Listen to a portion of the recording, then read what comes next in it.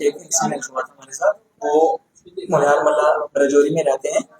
उन्होंने कोई हमारा पैसों का लेना देना था, तो हमारे भाई के साथ उनका पैसों का लेना देना था। वो एक्चुअली वो एनडीपीएस में अंदर था, जेल में, जो उस लड़की का हस्बैंड था।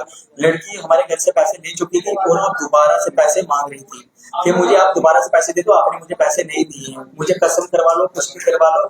हर बंदे को वो बोल रही थी, हर बंदे से फोन करवा रही थी, हमें ब्लैकमेल टॉर्चर कर रही थी। हमारे पास उसकी भी रिकॉर्डिंग्स हैं।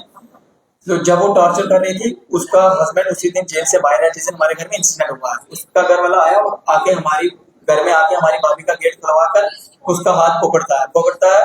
मेरी भाभी ऑलरेडी जम्मू से उस दिन आई थी, लेकिन जब वो टेम्पो स्टैंड से आए, उधर से भी ये बदतमीजी करता करता वहां तक आया, लेकिन इन्होंने चुप कर लिया। लेकिन फिर भी जब लास्ट तक ये घर पहुंचते वक्त गेट खुलवा करके लास्ट उनका हाथ पकड़ लिया उसने।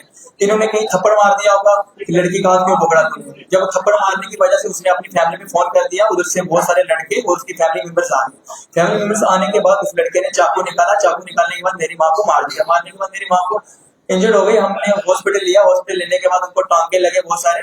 लगने के बाद हमने एमएलसी डलवाया। एमएलसी रिपोर्ट डलवाने के बाद हमने पूरे डॉक्यूमेंट तैयार करके हमने एप्लीकेशन दे दी पुलिस स्टेशन में सुबह 10 बजे एप्लीकेशन देने के बाद एसओ साहब वहां पे नहीं थे, हमने मुंशी जी को एप्लीकेशन दे दी। देने के बाद हम आ गए। आने के बाद एसओ साहब ने हमें मेरी मम्मी पापा के वहां पे हमारी एप्लीकेशन का किया है।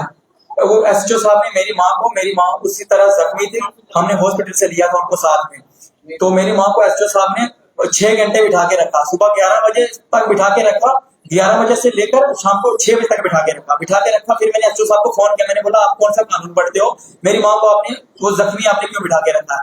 मुझे आगे से बोलते हैं मादर जो तू मुझे कानून सिखा रहा है। आगे से मुझे बोले कानून सिखा रहा है। मेरे पास रिकॉर्डिंग है उनकी, जो जो उन्होंने वर्ड यूज किए हैं। तो फिर हम दूसरे उधर बिठा के रखा। हम दूसरे दिन हमने बोला हम इनके पास नहीं जाएंगे, हम कोर्ट में कार्रवाई करेंगे, एसएसपी साहब के पास कार्रवाई करेंगे। लेकिन उन्होंने ऐसा कुछ भी नहीं किया। लेकिन वो जो दूसरी पार्टी थी उन्होंने भी एप्लीकेशन दी, उनका भी राइट था। लेकिन एप्लीकेशन देना उन्होंने ठीक किया, दिया। लेकिन एप्लीकेशन देने से पहले भी उन्होंने एक एप्लीकेशन देके रखी थी पैसों के मामलों में। लेकिन एसपी साहब ने पैसों के मामले में जो एप्लीकेशन देके रखी थी उन पर कार्रवाई नहीं की। लेकिन जो दोबारा लड़ाई के मामले में उन्होंने एप्लीकेशन दी, उस पर बड़ी जल्दी एसपी साहब ने कार्रवाई की। एक दिन 3 तारीख को एप्लीकेशन दे रहे हैं, 4 तारीख को एफआईआर दे दिया। किस मकसद पे उन्होंने? हमारी एफआईआर कोई नहीं लगी, उनके घर का कोई भी जख्मी नहीं है। और वो हमारे घर पे आके झगड़ा कर रहे हैं, हमारे घर पे आके मारपीट कर रहे हैं, और ऊपर से हमारे ऊपर ही एफआईआर लग रही है। ये कौन सा कानून है?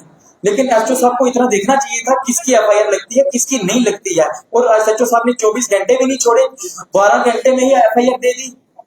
अब आप लोग पुलिस एडमिनिस्ट्रेशन से क्या कुछ अपील करना चाहते हैं? मैं पुलिस एडमिनिस्ट्रेशन से यही अपील करना चाहता हूँ, ऐसे लोगों के साथ जुल्म मत करो, लोगों की सुनवाई करो, लोगों के साथ अच्छे से तालमेल रखो।